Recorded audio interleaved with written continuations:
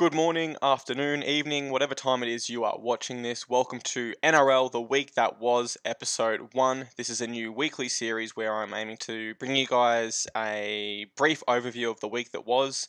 I'm looking to go over all the rumours and let you guys know where they're at. Looking to go over all the official stuff and let you know my thoughts, comments on that quickly. And yeah, it's pretty much just an overview of everything from the past week. So this is great if you don't want to flick through my Instagram or my Facebook. You just want to watch a quick 5-minute video and get all the latest news. Okay guys, first up we have Monday. So on Monday it was confirmed Jordan Rapana will miss 6 months due to his shoulder needing reconstructive surgery. This puts him out until round 11 expected for the Canberra Raiders. Updates to this, they are officially set to lodge a salary cap relief form to the NRL. And they did that because obviously Josh Hodgson was injured last year whilst playing international games, and that's where that rule developed from. More news on the Monday. Luke Brooks is poised to re-sign a long-term deal with the West Tigers.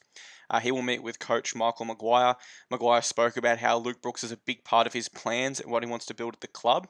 However, there's no official updates to that yet. Then we had Jaimel Hunt signing a 1-year deal with the Newcastle Knights.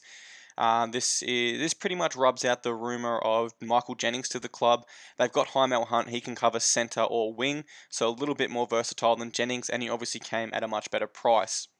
Then we had the news that the Queensland Maroons have signed Petro Civoniceva, Justin Hodges, Jonathan Thurston, and also Billy Slater as new coaches for the Queensland Maroons. I think this is a good idea. Instill the old winning culture and mentality and hope to keep bringing that through the younger generations. Okay guys, on to Tuesday. We had the news that Sam Tagataese has re-signed a 1-year deal with the Brisbane Broncos, which is obviously very important depth now for the club with Josh Maguire departing for the Cowboys.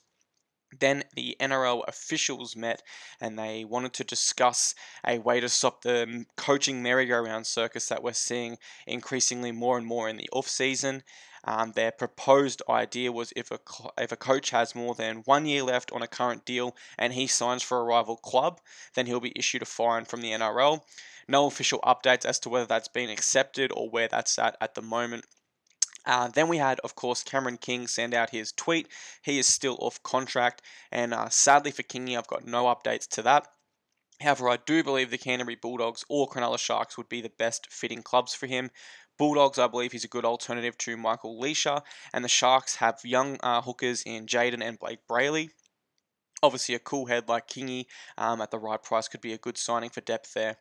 Then we have the beast Manu Vatuvei making his boxing debut on December 15th on former champion Joseph Parker's undercard, and the beast refused to rule out a return to rugby league. He said he's not certain where his future lies at the moment, and this is just a great way to stay in shape. On to Wednesday now, guys. I've got 3 key bits of news that occurred.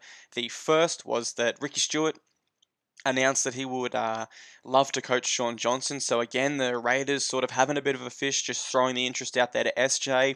That's obviously still a rumour at this stage, but it's just weird. The CEO now, Jared Croker, the captain, and even Ricky Stewart spoke on it more than once now. So maybe there is a little bit more to that rumour. Maybe they're just teasing. We'll have to wait and see. Then we had, of course, the rumour pop up that the Dragons would be interested in letting Matt Duffy go for Jared Hayne to come in and potentially play fullback for 2019. However, this went cold for 2 key reasons. The Canberra Raiders fullback Jack Whiten was sentenced and given a 2-month suspended jail sentence, a 12-month good behaviour bond, and a $3,500 fine. So with that being said, the Raiders no longer potentially needed another fullback, and obviously more implications for Hayne came up a bit later that week, which we'll talk about. So that rumour is extinguished and no longer going ahead. The Dragons have assured Duffy his spot for 2019. Okay guys, on to Thursday. There was a fair bit of news for today. So the first bit of news was that Tom Burgess announced he would eventually like to return to the English Super League and play there again. He's off contract at the end of this year, so that could happen sooner than we expect, potentially. Next bit of news, probably the biggest news all week. Josh Maguire texts his Brisbane Broncos teammates and says, guys, I've played my last game as a Bronco. I've signed for the North Queensland Cowboys. There's still no official announcement on this yet. However, with almost every single news station and website in Australia reporting this, we can almost assure that it's a guarantee to go ahead. Next, obviously, this was earlier in the morning. We had the Dragons target Kurt Mann as their potential next man to make way for Jared Hayne.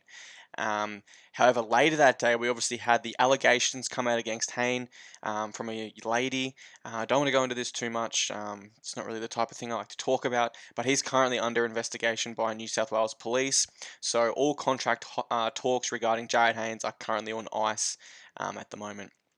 On to some more positive news. Trent Merrin signs a 4-year deal with Leeds Rhinos Super League. Thank you very much, Trent Merrin, for everything you've brought to the NRL, and we will miss you, champ. And the last bit of news for today, the Canterbury Bulldogs reportedly table offers to Dylan Napa and Jacob Liddell. No updates to the Jacob Liddell situation, I'm not sure. However, the Dylan Napa one is looking very likely to go ahead at this stage. On to Friday, guys, really short one here. There was no major news on the Friday. I would like to further bring up again, Viliami Kikau, when he was overseas in Fiji, did a lot of great work and a huge giveaway to the community. You can see in the photo there his awesome effort. So keep up the great work, Viliami Kikau. And quick reminder, if you guys have any NRL feel-good stories or stories that have happened to you or that you know of with a player, please send them in. I love promoting the game and sending out positive vibes. On to Saturday, guys, the weekend. We had 3 key bits of news come out today. The first was Scott Prince signs as the Queensland Maroons under-20s head coach. He's previously assisted Justin Hodges there. Then we had James Seguiaro. I did a little article up about all the clubs that have been rumoured and almost questioning you guys, where do you think his future lies? And I tried to reach Seguiaro for comment. The cheeky bugger didn't get back to me, but then he liked the post, so I know he's seen it. So we still don't know where Seggy's future is at the moment. And then our final piece of news for the day, we finally found out what the hold-up is. Why aren't the Canterbury Bulldogs officially releasing David Klemmer to the Knights? And we found that out because the Bulldogs want to announce the signing of Dylan Napa at the same time they announced the departure of David Klemmer. On to the Sunday now, guys, and the first bit of news is KP is permanently set to switch to 5/8 for the Newcastle Knights in 2019. If you like or follow the Instagram page, you would have seen this on September 22nd. So if you haven't liked or followed, make sure you do for the self-proclaimed #1 news source within the NRL. On to our next bit of news now. Latrell Mitchell speaks on his desire to play NRL with his brother Shakai Mitchell. Shakai tipped the scales at 150 kilos last year whilst playing for the Sydney Roosters feeder club, the Wyong Roos, and he has been included in the Sydney Roosters top 30 list, so that is somewhat a chance to occur in 2019. Our next bit of news is a rumour that Joshua Adokar has thrown his name in the mix to play fullback for the Storm in 2019. Other names obviously include Scott Drinkwater and also Jerome Hughes, so they've definitely got a few options there now. On to another one of the biggest news stories this week. It is revealed that the Storm will have to shed at least one player to re-sign Cameron Smith. 3 names they have targeted at the moment to leave is Patrick Kafusi, Sam Cassiano, or Chase Blair. Previously, it was believed that there was some breakdown with third-party agreements with Smith, but now it's looking like the Storm will actually have to lose someone to sign Smith on the money he is asking.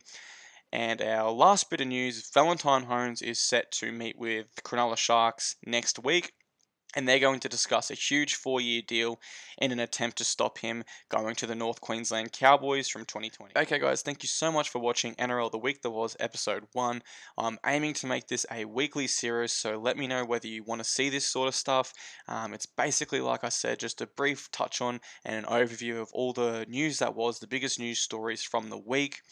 Let me know when you guys want to see this video as well, whether you want to see it on the Sunday night, Monday morning, Monday afternoon, wherever you think it'd be best suited to show this video. I hope you guys enjoyed it. Thank you so much for watching.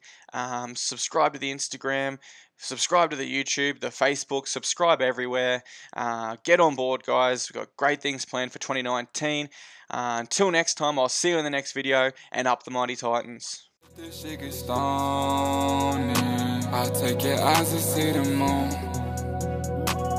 Take your body to the